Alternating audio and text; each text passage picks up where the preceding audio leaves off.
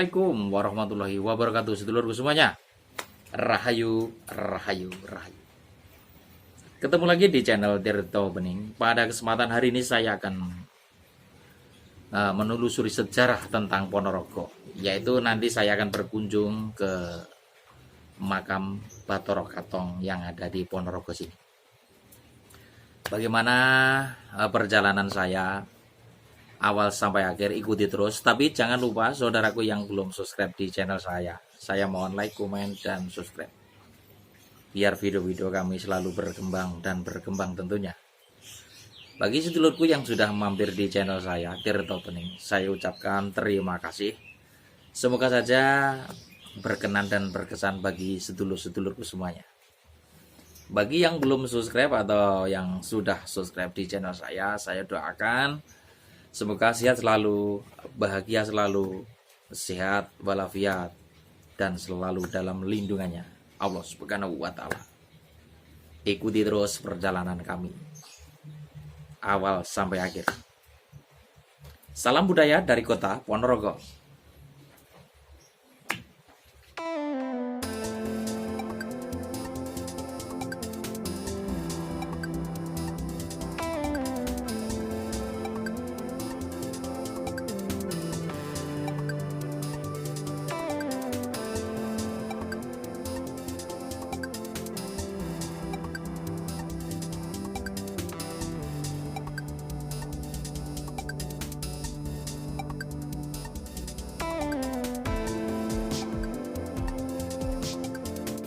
Raden Katong yang kemudian lazim disebut Bathara Katong.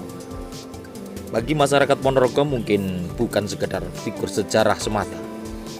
Hal ini terutama terjadi di kalangan santri yang meyakini Bathara Katonglah penguasa pertama Ponorogo, sekaligus pelopor penyebaran agama Islam di Ponorogo. Bathara Katong memiliki nama asli Lembu Kanigoro. Tidak lain adalah salah seorang putra Prabu Brawijaya V dari selir, yakni Putri Cempo atau Putri Campa yang beragama Islam. Mulai redupnya kekuasaan Majapahit saat kakek tertuanya Lembu Kenongo yang berganti nama sebagai Raden Fatah mendirikan Kesultanan Demak Bintoro. Lembu Kanigoro mengikut jejaknya untuk berguru di bawah bimbingan Wali Songo di Demak. Prabu Brawijaya V yang pada masa hidupnya berusaha diislamkan oleh Wali Songo.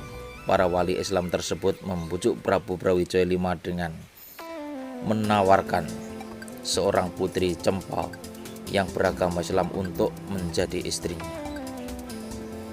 Berdasarkan catatan sejarah keturunan generasi ke-126 beliau, yaitu Ki Patmo Susastro, disebut bahwa Bathara Katong di masa kecilnya bernama Raden Joko Piturun atau bisa juga disebut Raden Harakali. Beliau adalah salah seorang putra Prabu Brawijaya V dari Garwo Pangrambi Selir yang tinggi kedudukannya. Walaupun kemudian Prabu Brawijaya sendiri gagal untuk diislamkan, tetapi perkawinan dengan Putri Cempo mengakibatkan meruncingnya konflik-konflik di Majapahit pada saat itu. Diperistrinya Putri Cempo oleh Prabu Brawijaya V memunculkan reaksi dari elit istana yang lain, sebagaimana dilakukan oleh seorang punggawanya bernama Punjoko Anom, Ketut Suryo Ngalam, seorang penganut Hindu yang berasal dari Bali. Tokoh yang terakhir ini kemudian keluar dari Majapahit dan membangun peradaban baru di tenggara Gunung Lawu sampai lereng barat Gunung Wilis yang kemudian dikenal dengan nama Wengker atau Ponorogo saat itu. Ki Ageng Ketut Suryo Ngalam Ini kemudian dikenal sebagai Ki Ageng Kutu atau Demang Kutu. Dan daerah yang menjadi tempat tinggal Ki Ageng Kutu ini dinamakan Kutu. Ini merupakan daerah yang terdiri dari beberapa desa di wilayah Kecamatan Jetis, Ponorogo. Ki Ageng Kutulah yang kemudian menciptakan sebuah seni barongan yang kemudian disebut reog. Dan reog tidak lain merupakan artikulasi kristik simbolik Ki Ageng Kutu terhadap Raja Majapahit, disimbolkan dengan kepala harimau yang ditundukkan dengan rayuan seorang perempuan putri Cempa, disimbolkan dengan dada merah. Dan Ki Ageng Kutu sendiri disimbolkan sebagai Pucung Ganom atau sering disebut sebagai Bujang Ganong, yang bijaksana walaupun berwajah buruk. Pada akhirnya, upaya Ki Ageng Kutu untuk memperkuat basis di Ponorogo inilah yang pada masa selanjutnya dianggap sebagai ancaman oleh kekuasaan Majapahit. Dan selanjutnya pandangan yang sama dimiliki juga dengan Kesultanan Demak yang notabene sebagai penerus kejayaan Majapahit walaupun dengan warna Islamnya.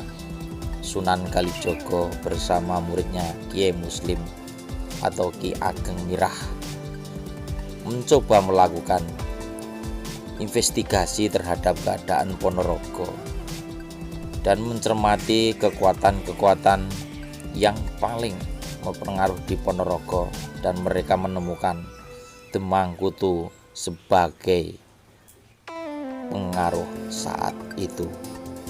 Demi kepentingan kekuasaan dan penguasaan, Demak mengirimkan seorang putra terbaiknya, yakni yang kemudian dikenal luas dengan Bathara Katong, dengan salah seorang santrinya bernama Seloaji, dan diikuti oleh 40 orang santri senior yang lainnya.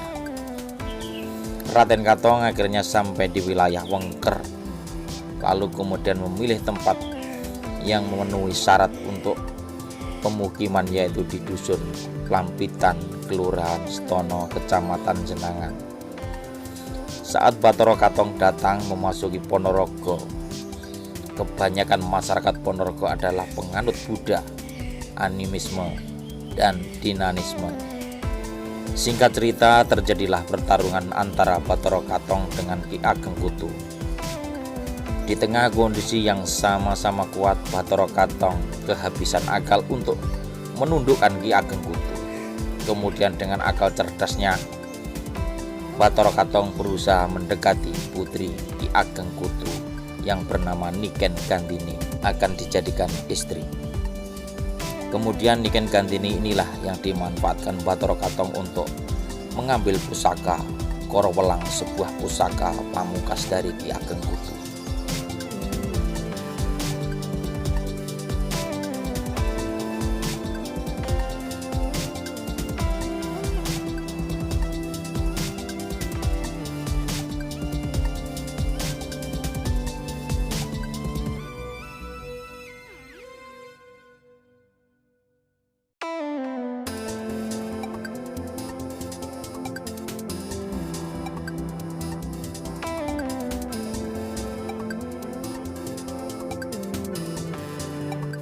Kemudian Bathara Katong mengatakan bahwa Ki Ageng Kutu muksa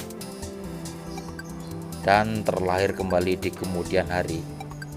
Hal ini dimungkinkan dilakukan untuk meredam kemarahan warga atas meninggalnya Ki Ageng Kutu. Setelah dihilangkannya Ki Ageng Kutu, Bathara Katong mengumpulkan rakyat Ponorogo dan berpidato bahwa dirinya tidak lain adalah Bathara, manusia setengah dewa. Hal ini dilakukan karena masyarakat Ponorogo masih mempercayai keberadaan dewa-dewa. Dari pintu inilah Katong kukuh menjadi penguasa Ponorogo, mendirikan istana dan pusat kota, dan kemudian melakukan Islamisasi Ponorogo secara perlahan-lahan namun pasti. Pada tahun 1486 hutan dibabat atas perintah Bathara Katong. Tentu bukannya tanpa rintangan, banyak gangguan dari berbagai pihak termasuk makhluk halus yang datang. Namun karena bantuan Warok dan para prajurit Wengker, akhirnya pekerjaan membuat hutan itu lancar. Lantas bangunan-bangunan itu didirikan sehingga kemudian penduduk pun berdatangan setelah menjadi sebuah istana kadipaten. Bathara Katong kemudian memboyong permaisurinya yakni Niken Sulastri, sedang adiknya Suromenggolo tetap ditempatkan yakni di dusun Ngampel. Terima kasih sedulurku telah mengikuti perjalanan saya awal sampai akhir sampai selesai. Semoga saja apa yang saya suguhkan berkesan dan berkenan bagi sedulur-sedulurku semuanya. Jangan bosan-bosan sedulurku, saya ucapkan sekali lagi yang belum subscribe di channel saya mohon like, komen, dan subscribe biar channel saya semakin besar, berkembang dan berkembang, dan saya semangat mencari video-video yang lain. Terima kasih. Assalamualaikum warahmatullahi wabarakatuh. Rahayu, rahayu.